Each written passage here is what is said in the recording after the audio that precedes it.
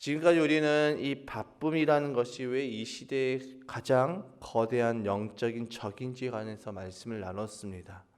그리고 어제부터는 그 해결책에 대해서 함께 말씀을 나누고 있죠.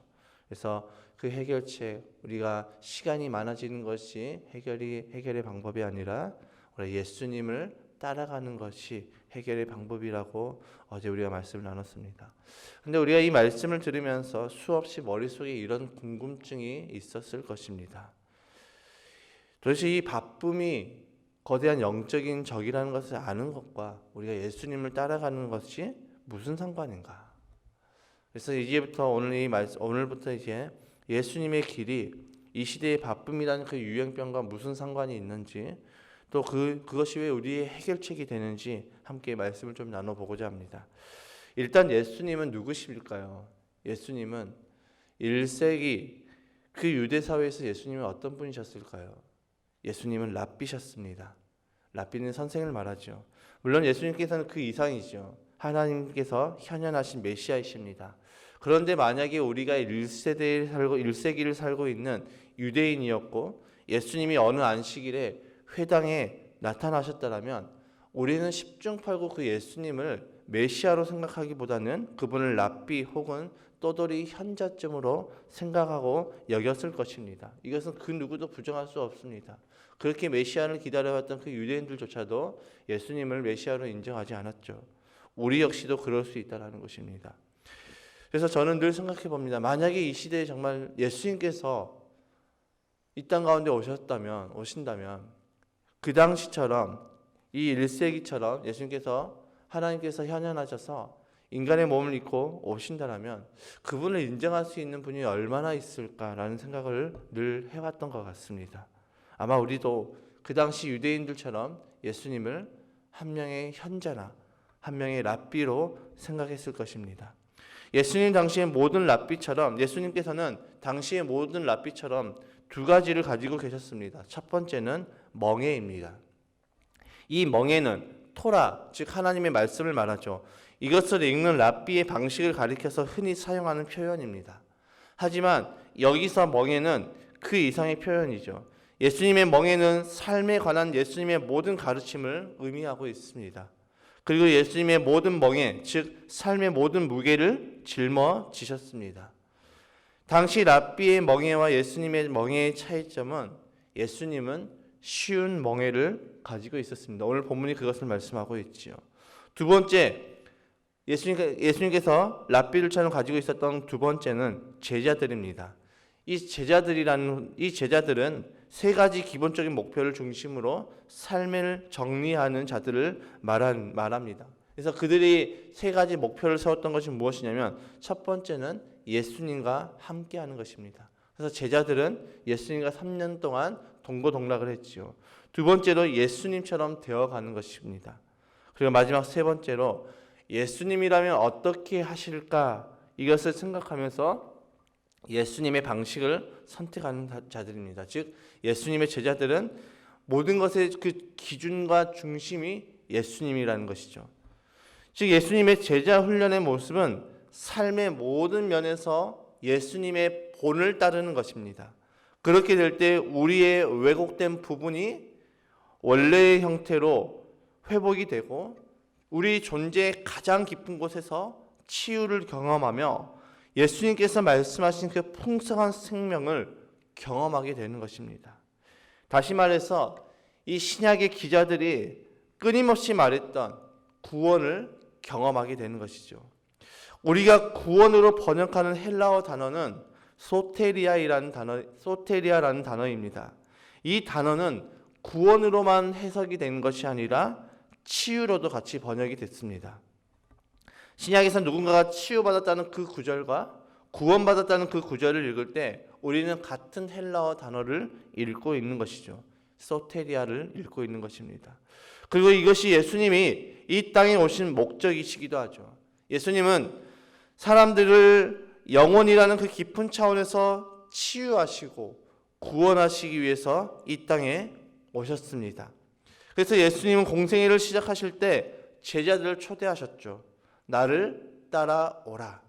이 말씀이 곧 다른 말로 표현하자면 너는 내 제자가 되라는 것입니다. 그래서 예수님처럼 되어가고 예수님과 함께하고 예수님이라면 어떻게 하실까 그것을 고민하며 그렇게 행하며 예수님의 본을 받으며 따라갈 때 우리의 삶에 깊은 상처가 치유가 되고 우리는 우리의 영혼의 구원을 얻게 되는 것이죠. 오늘 본문의 말씀을 다시 한번 읽어보겠습니다. 함께 읽겠습니다. 시작. 수고하며 무거운 짐을 진 사람은 모두 내게로 오너라. 내가 너희를 쉬게 하겠다. 나는 마음이 온유하고 겸손하니 내 멍에를 메고 나한테 배워라. 그리하면 너희는 마음의 쉼을 얻을 것이다. 내 멍에는 편하고 내 짐은 가볍다. 여러분, 이 말씀을 유진 피터슨의 메시지 성경으로 보면 이렇게 번역이 되어 있습니다. 너희는 피곤하고 지쳤느냐? 종교 생활에 탈진했느냐? 나에게 오너라. 나와 함께 길을 나서면 너희 삶은 회복될 것이다. 내가 너희에게 제대로 쉬는 법을 가르쳐 주겠다. 나와 함께 걷고 나와 함께 일하여라. 내가 어떻게 하는지 잘 보아라. 자연스러운 은혜의 리듬을 배워라. 나는 너희에게 무겁거나 맞지 않는 짐을 지우지 않는다. 나와 함께 있으면 자유롭고 가볍게 사는 법을 배울 것이다. 여기서 저의 눈을 확 끌었던 단어가 있습니다. 그것은 자연스러운 은혜의 리듬을 배워라입니다. 이것이 예수님의 초대이죠. 피곤한 사람들, 탈진한 사람들, 스트레스가 가득한 사람들, 할 일이 산더미처럼 쌓여있는 사람들, 오늘도 하루를 버티기 위해서 또 한 잔의 커피를 마시는 사람들, 그들 모두에게 주시는 예수님의 초대입니다. 그런데 사실 세상에 이렇게 살지 않은 사람이 없지요. 모두가 피곤하고 모두가 탈진했고 모두가 스트레스가 가득하고 모두가 할 일이 산더미처럼 많이 있습니다. 저도 하루에 커피를 2잔 혹은 3잔 정도 마십니다. 그래야지 하루를 버틸 수 있기 때문이죠. 그런 우리에게 예수님이 우리를 초대하십니다. 그러니까 이 세상에 모든 사람이 이렇게 살아가고 있는 자들이 있는데 이런 자들에게 주시는 초대라면 예수님의 초대는 어떤 특정한 사람들에게만 주어진 것이 아니라 모든 사람들을 초대하고 있는 것이죠. 앤 피터슨이라는 사람이 버즈피드라는 매체에서 밀레니얼 세대는 어떻게 탈진한 세대가 되었는가라는 그 글에 이렇게 썼습니다. 탈진은 들어갔다가 나오는 것이 아니다. 탈진은 우리의 영구적인 거주지이다.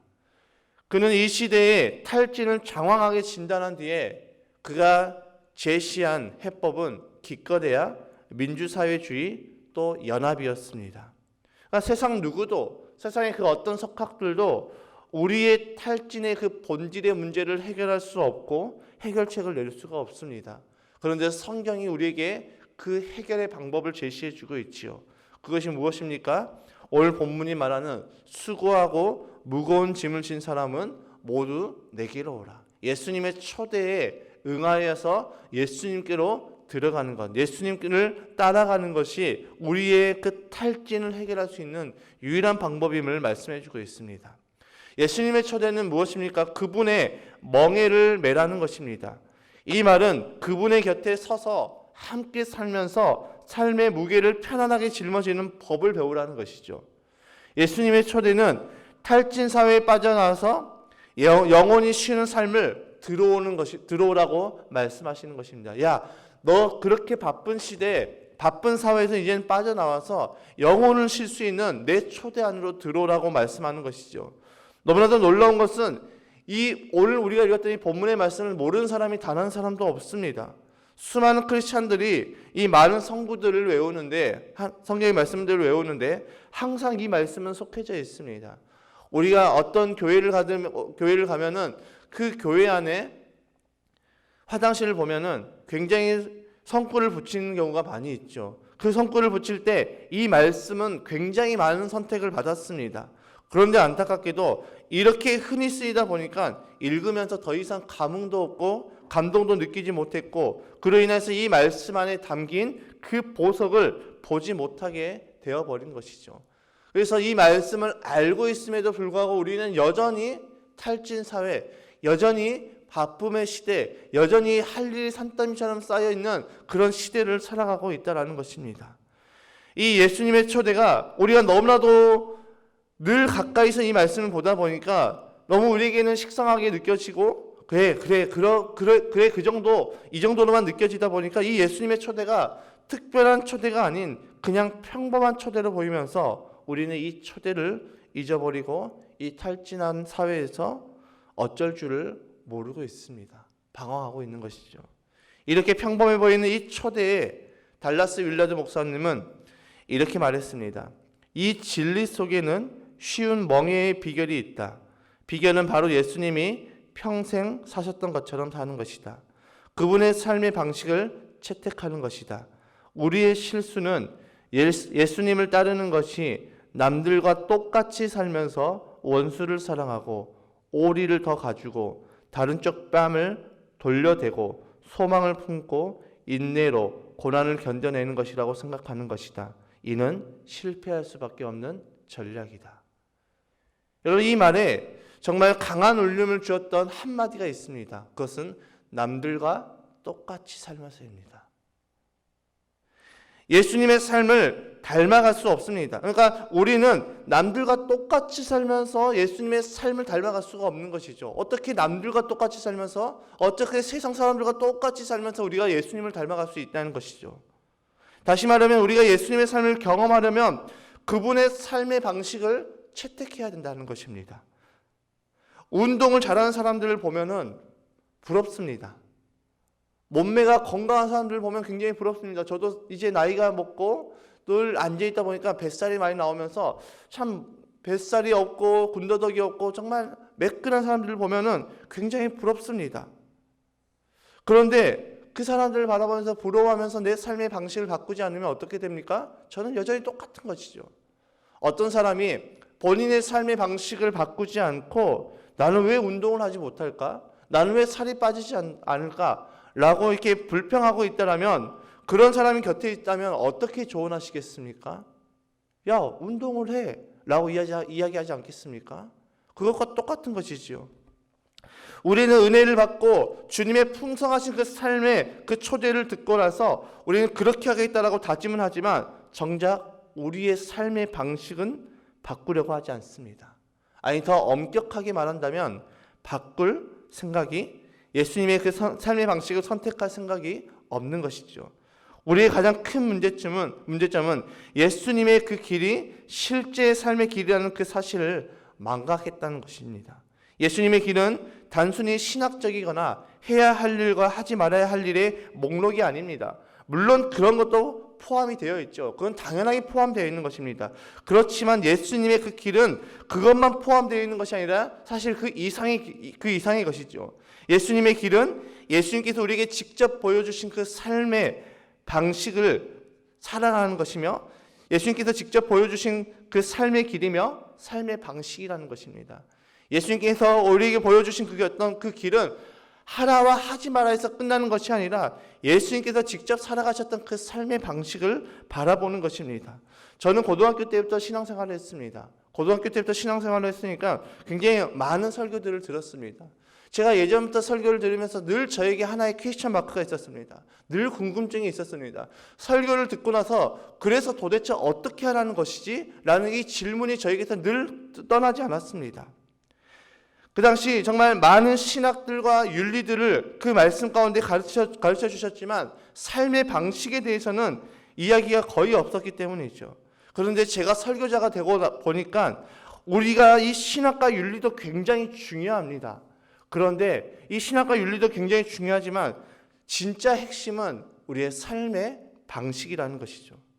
설교를 내 삶 가운데 녹여서 적용을 해야 되는데 그런 부분이 전혀 없다 보니까 늘 궁금증이 생겼던 것입니다. 오늘날 많은 사람들에게 은혜를 끼치는 설교는 대부분의 어떤 설교입니까? 신학과 윤리를 기반으로 해서 삶까지 삶까지 적용하는 그 설교가 많은 사람들에게 은혜를 주고 많은 사람들에게 깨달음을 주고 많은 사람들에게 인사이트를 주고 있다는 것입니다.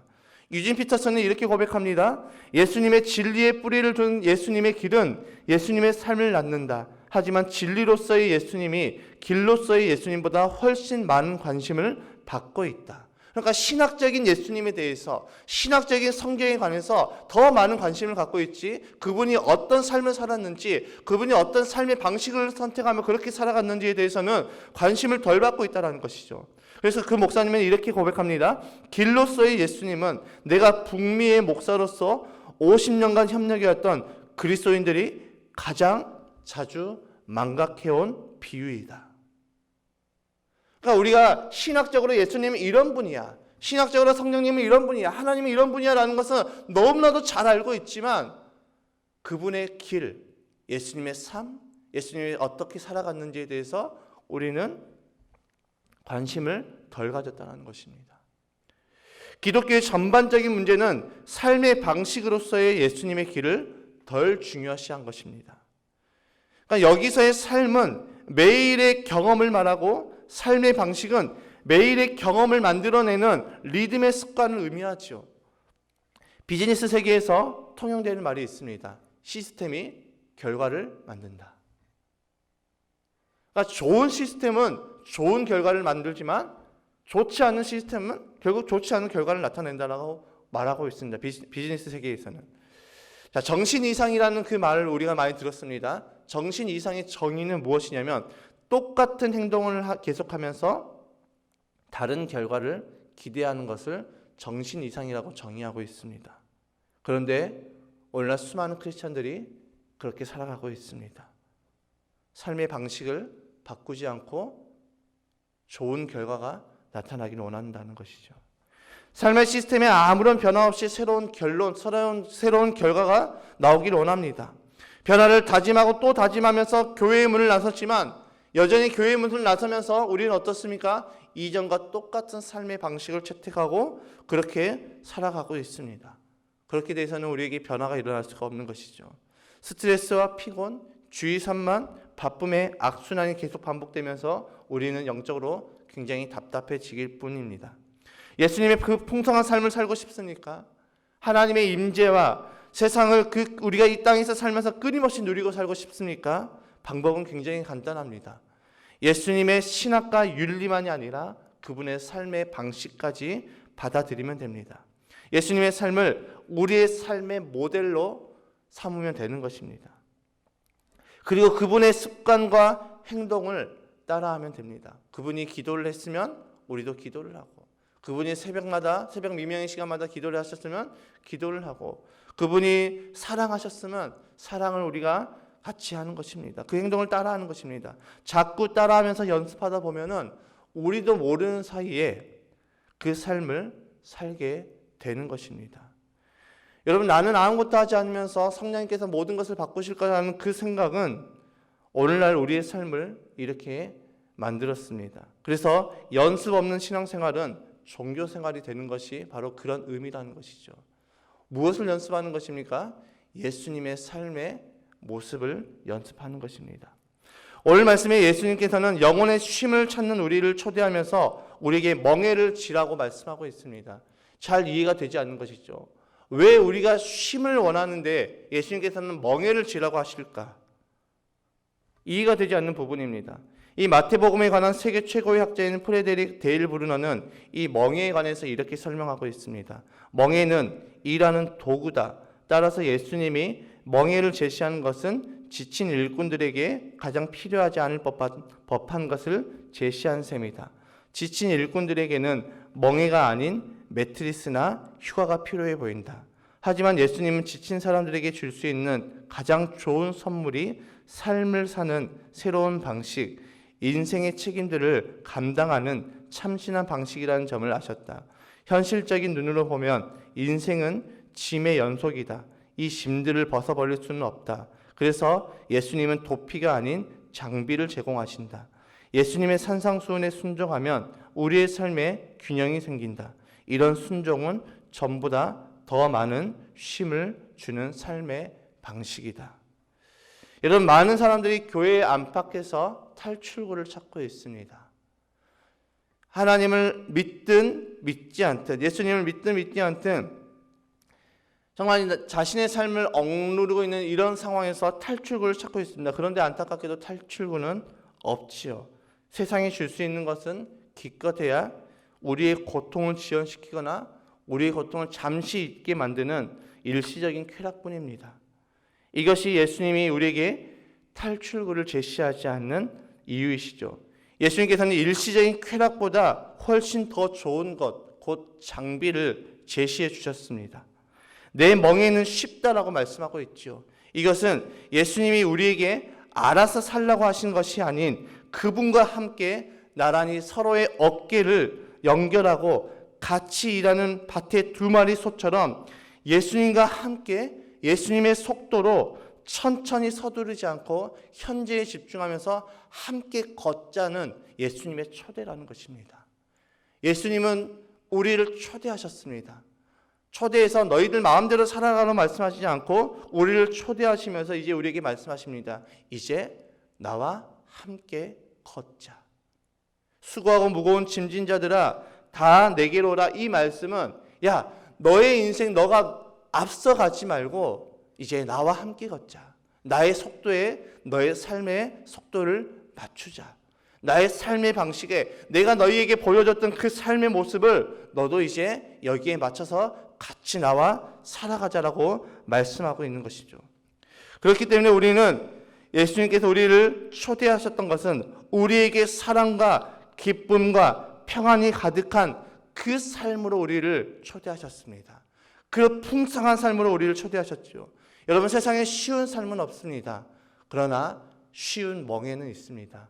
그 멍에는 예수님 안에 들어가는 것이죠. 수고하고 무거운 짐진 자들아 다 내게로 오라. 내가 너희를 쉬게 하리라. 나는 마음이 온유하고 겸손하니 나의 멍에를 메고 내게 배우라. 그리하면 너희 마음이 쉼을 얻으리니 이는 내 멍에는 쉽고 내 짐은 가벼움이라 하시니라. 주님은 오늘도 저와 여러분을 초대하십니다. 그리고 나와 함께 걷자라고 말씀하십니다. 이제는 우리의 삶의 방식, 삶의 모습을 이제는 잠시 내려두고 예수님은 어떤 삶을 사셨는가? 예수님이 우리에게 보여주셨던 그 삶의 본이 무엇인가? 이것을 깊이 묵상하며 예수님의 초대에 반응하여서 그분의 삶의 방식을 선택하고 그분을 닮아가고 그분과 함께 나란히 걷는, 그래서 주님보다 앞서 나가지 않는 저와 여러분의 삶이 되시기를 주님의 이름으로 축복합니다.